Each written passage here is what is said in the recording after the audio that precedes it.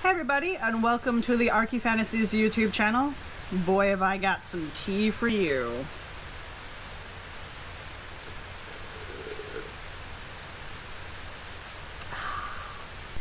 So to get the whole story rolling, from what I can tell, about 2 or 3 days ago, Sir has sent a request to the History of Colorado to ask them for a certain kind of report.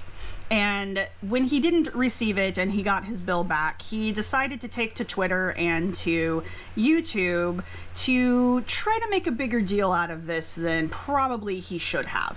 And the reason I'm saying that is Mr. Jojola is not in the right here. I myself am not a spokesperson for History of Colorado.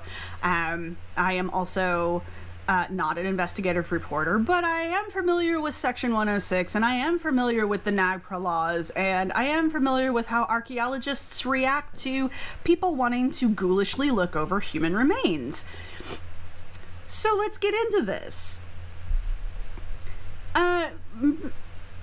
Jeremy Jojola, and I really apologize if I'm saying his last name wrong. That I really do apologize for. That's probably going to be all I apologize for in this video. Took to YouTube and put up a 3-minute video, 3 and some change video, about how he doesn't understand why he's being charged so much. So we're just gonna watch this real quick, and I'm gonna put the playback speed up a little bit just because this will be the 3rd time I've watched it. So what I wanted to do was watch his video. Again, I've sped it up because I watch all my videos at usually 1.5 times because I have the attention span of a gnat. Anyway, I want to watch this video because there's some very important things that come up in this video that are vital to understanding why he didn't get what he wanted. Hi everyone, Jeremy Jojola here. So, Jojola. $250,000 for public records. I have never ever received a cost estimate that high under the Colorado Open Records Act. Right from the beginning, I'm going to break this thing down like I'm breaking down any other piece of pseudo-archaeology because this is kind of what this is verging on, in all honesty. Right from the beginning, he's trying to paint this as some kind of unusual or strange, almost conspiratorial event that has occurred to him, and he can't for the life of him figure out why this would happen to him. Let's keep going. How did we get to this point? So, this all began with the story that we did on 9 News way back in February. I don't think it's that big of a story. I don't know, at least I don't think it is. Let's play that clip. I want you to keep his reaction there in mind. Didn't seem like that big of a deal to me, at least I didn't think it was. I want you to remember that here in a minute. The Colorado State archaeologist has taken over researching the human remains construction workers found in southeast Aurora this week. That could be anywhere from 100 to 1,000 years old. I'm very fascinated with history, so I want to know more about what happened with these human remains. Well, where to start? First off, these human remains can be anywhere from 100 to 1,000 years old, and it sounds like they were unearthed accidentally during construction, which isn't good. But at least construction stopped and the remains were recovered, and they apparently were handed over to the state archaeologist, which is how these things are supposed to go. After it's been determined that they are not fresh bodies and therefore a murder of some variety, a recent murder of some variety, they are then handed off to the colleges and people who are able to identify human bones, however that works in the different states. Colorado apparently hands it off to their state archaeologist. The reason for that is because at this point, these are historical remains, and if they're only roughly 100 years old, then it's possible that they're just settlers in the area, and by just, I mean 100-year-old settlers from the area, you know, the people that founded the country. Or if they continue to go back, and even if they're only 100 years old, it is still possible that they are Native American remains. And if they are Native American remains, they are covered by a little law called NAGPRA, which actually removes them from the public eye and puts them into a protected case where they must be identified and with all good faith returned to any identifiable descendants for reinternment, or however those descendants choose to honor their dead. Basically, it makes them no longer public property because they're people, they're not objects. And I'm really glad that Mr. Jojola is interested in history. I mean, more people really should be interested in history, but what he doesn't seem to understand is this is a big deal. I understand that it's not a big deal to him because just watching this, you know, he's a passing white male. And by passing, I mean, I don't know his ethnic history or anything like that, but just watching a video of him, as you are watching a video of me, I am a passing white female, he is a passing white male. And because of that, he doesn't maybe have the history of, you know, your ancestors being dug up for their skulls just so that they can be measured and then told that they were inferior to white people. You don't have a history of Europeans coming in and taking your land, making deals with you and then breaking them because they see you as an inferior people. I don't know, maybe he does. Maybe somewhere in his background he does have that, which if he does, that kind of makes me a little more angry about his complete dismissal of the importance of this discovery, because if he does have that kind of a background, you would think he'd be a little more sensitive to the fact that somebody's ancestors just got dug up. Again, this is just me and my outrage. I'm angry for the people who have been disturbed. Mr. Jojola is angry because he wasn't able to get access to records that he wanted. Let's keep watching. I emailed this spokesperson before I even filed a records request asking, you know, what happened to these remains? What did you guys figure out? What did you do with this case? And I got an email back from the spokesperson for History Colorado, representing the state archaeologist, saying, hi Jeremy, I spoke with our state archaeologist, and out of respect to our tribal partners and the respectful treatment of their ancestors, we do not comment on any specific case having to do with human remains. Okay. This is important. This response that he got back, which was very well worded, very respectful, laying out exactly what the History of Colorado's position was, what the state archaeologist's position is. We don't comment on cases involving human remains. No comments. Public agency that is doing the public's work under public funds, and they are beholden to open records laws. And so what I did is...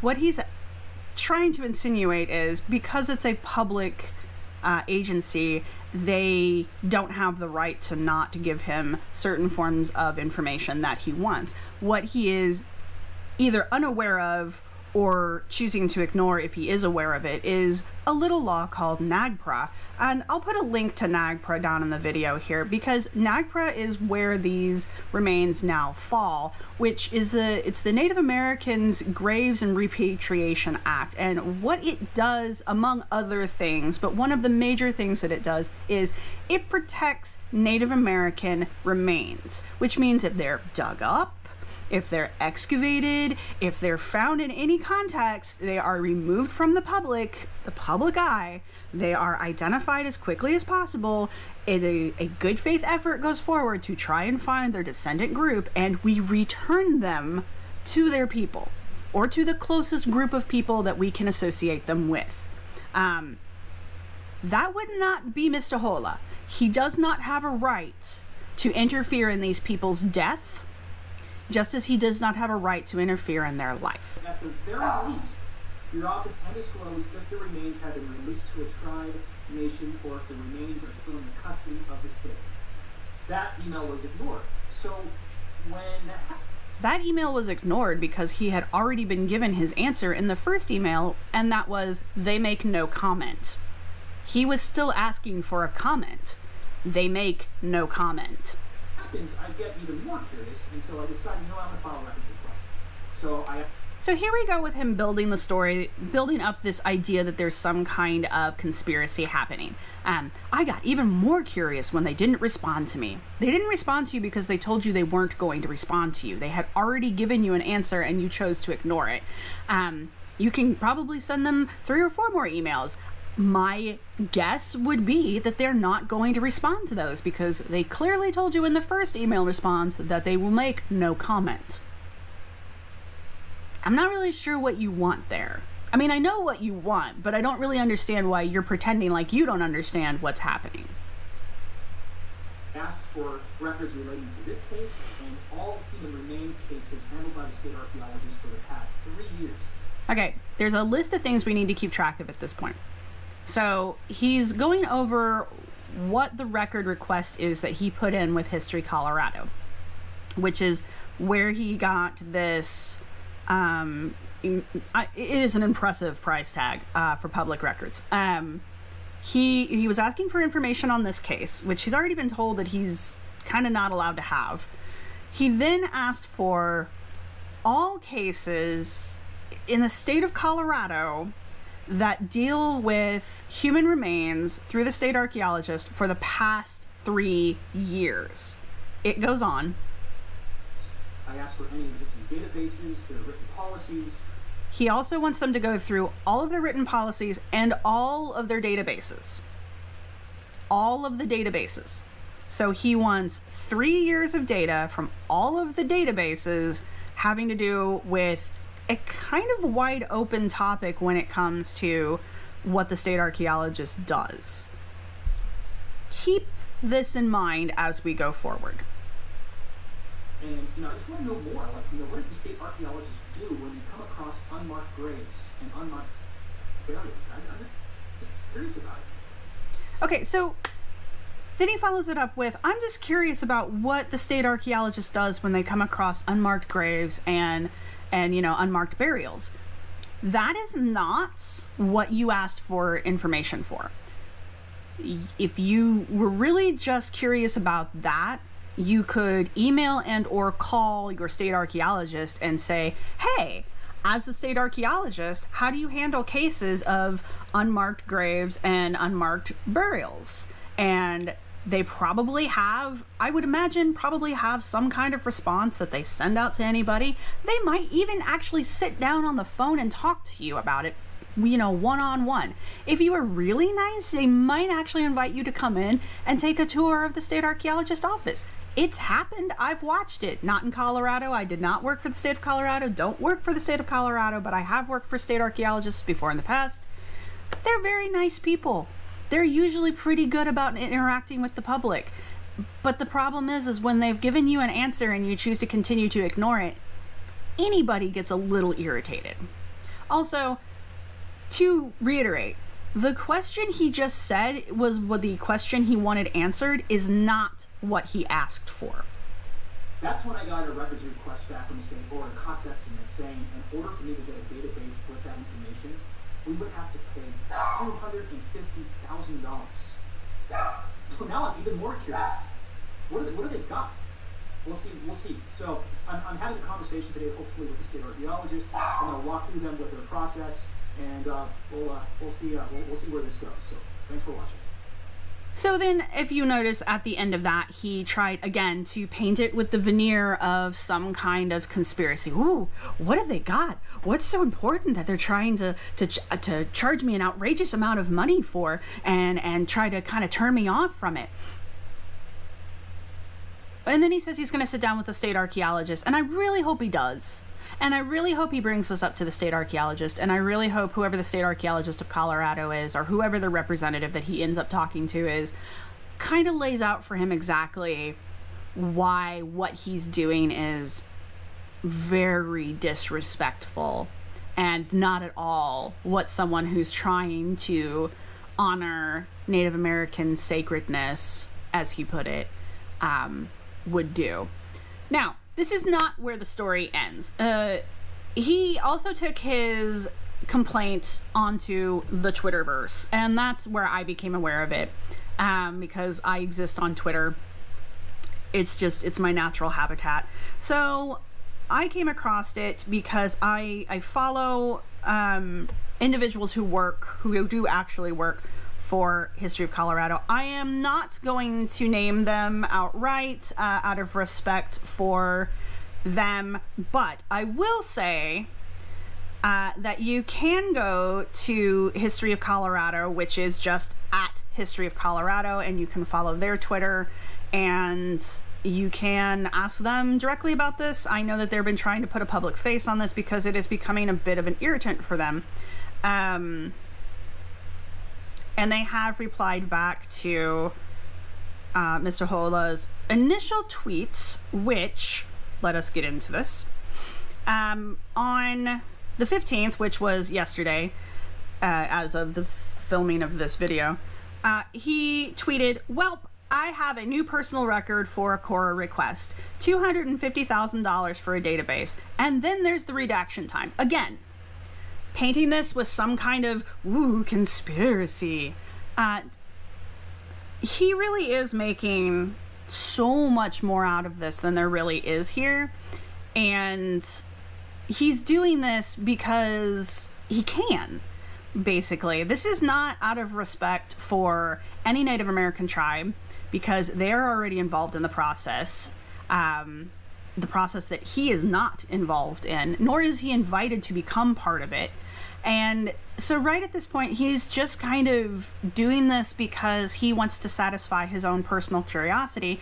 And, you know, good on you for having personal curiosity. Good on you for wanting to answer questions. I get it. You're a reporter, a research reporter, an investigative reporter. I get it. That's, I guess, what you do.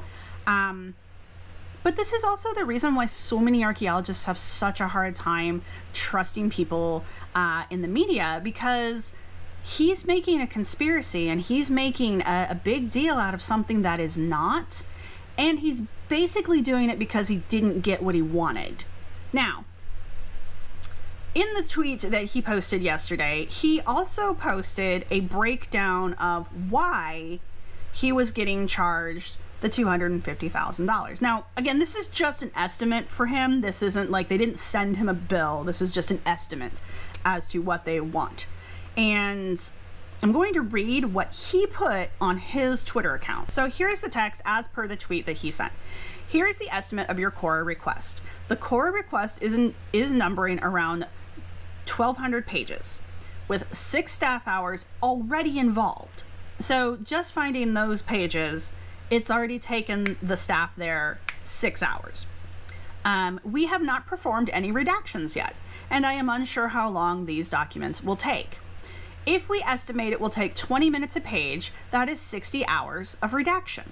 Now, many of you will be like, "Oh my God, 20 minutes to put black lines on paper." Yeah, I'm sorry. That's what you got quoted.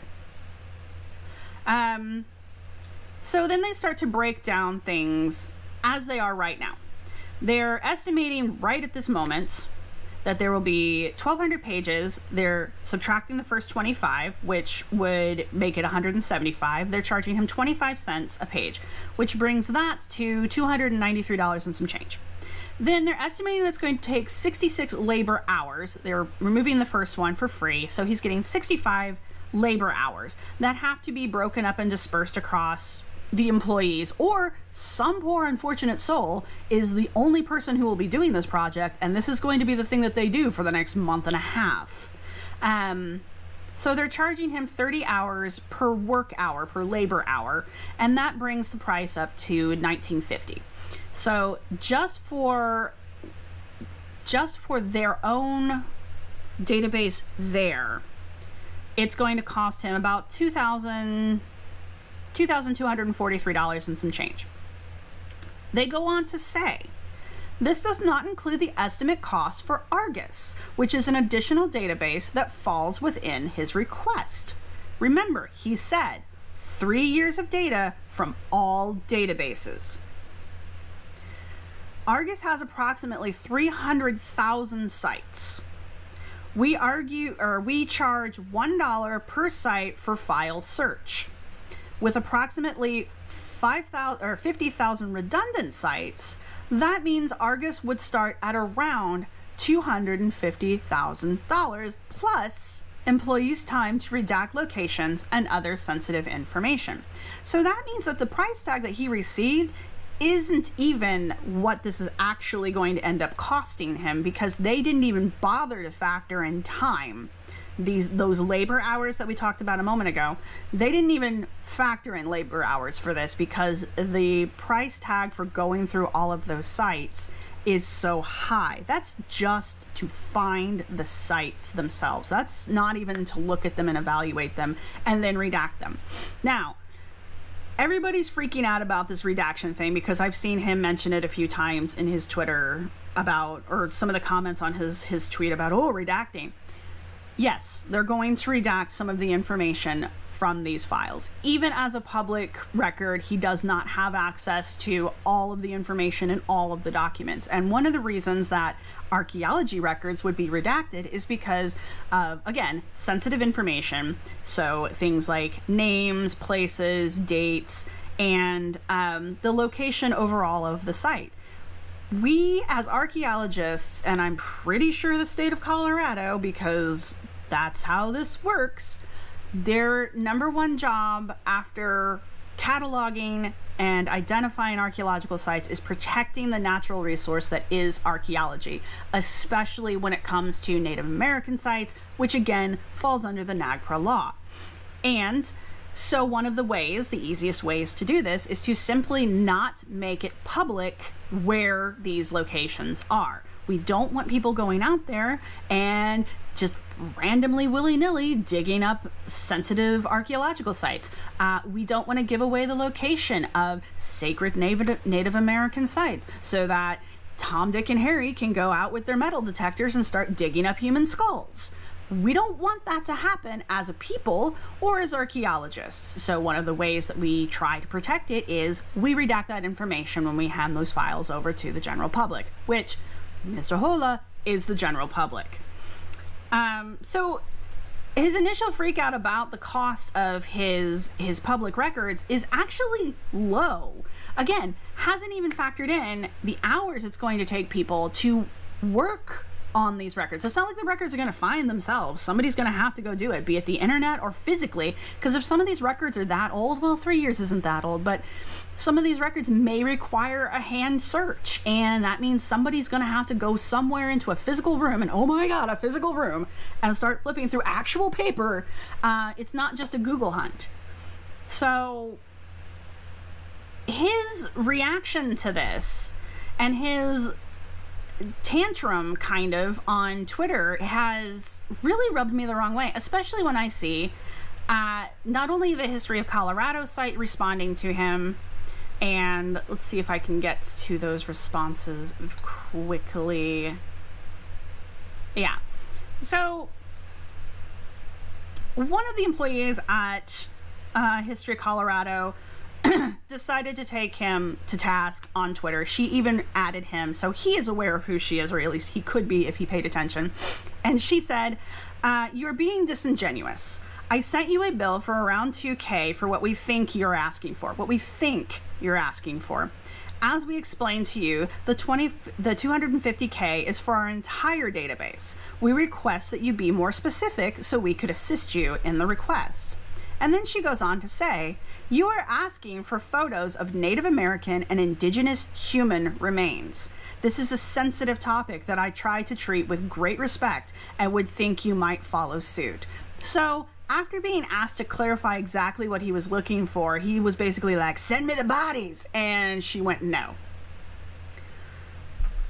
It's shocking to me how many people think they have some kind of rights, and I find this unfortunately with white people, think they have some kind of God-given right to have access to anything and everything they could possibly put their little fingers on. And when they don't get their way, they take to Twitter and they take to YouTube and they try to make a bigger deal out of it than it is. There's no conspiracy here. There's no one trying to keep information away from Mr. Jojola. What they're trying to do is respect and protect the rights of Native American peoples, and that includes their ancestors who were accidentally recovered during construction. And I don't care what he says in his video about how he is very respectful and he loves history. Well, that's great. If you were really respectful, then you would have taken the first explanation as to why you're not allowed access to these things, and you would have been like, okay, that's fair. But no, you decided to keep pressing the issue. As far as loving history, that's great, man. Seriously, that's wonderful. Eventually, this thing's going to work itself out. These remains are going to be assigned to someone, and they will be sent off to the people that they belong to. Maybe you can go talk to those people after it happens, but to continue to do this on YouTube and on Twitter as if it's some kind of, you know, breaking story, like they're hiding Fort Knox gold out in the Colorado desert and they're just disguising it as human bodies. I mean, first off, this is ghoulish. I mean, like, I get that it's Halloween, but this is ghoulish. Secondly, I'm not really sure how much more polite people can be to you about why you're not allowed to just randomly go start looking at pictures of dead bodies. I mean, that's what you're asking to do. I realize that they're old dead bodies, but they're still dead bodies. You're also not being respectful to the people, not only the people to whom these individuals belong. You're not being respectful of the time it's going to take people to do the work that you asked them to do. You're not being respectful of the time that it has taken for them to even get this database put together for you. And in general, you're just kind of being a jerk. Now, these are my opinions. Again, I am not a representative of History Colorado. I am not the person on Twitter who reached out to you. And you are more than welcome to make a response video to me. I don't see us seeing a lot of this eye to eye because I am an archaeologist, and I do believe that it is our job to at least try to make up for the crap that we have done in the past to Native American groups by protecting them now. And there's not a whole lot that I can see you saying to me that would justify you digging up not only records on these two people, but now on 3 years worth of people. You're just going to willy-nilly start going through records because you're curious about it? What in God's name do you think you're actually going to uncover? If you really were curious about how all of this worked, you would approach some of the tribes in a respectful manner and ask them. You would sit down with the state archaeologist before going on Twitter, before making a YouTube video, and ask them how this works. You would have done a lot of things first before making a YouTube video and having a tantrum on Twitter if you were really being respectful and you really cared about history. What you're really appearing to do is create some kind of conspiracy out of thin air because you didn't get the thing you wanted at the price you wanted in the time you wanted. I'm just calling it like I see it. Like I said, feel free to respond. I am not a representative of anything. I'm just an archaeologist who happened to come across your stuff on YouTube and Twitter. Anyway, to everyone else watching, thanks for watching, and I hope to see you all again. Talk to you later.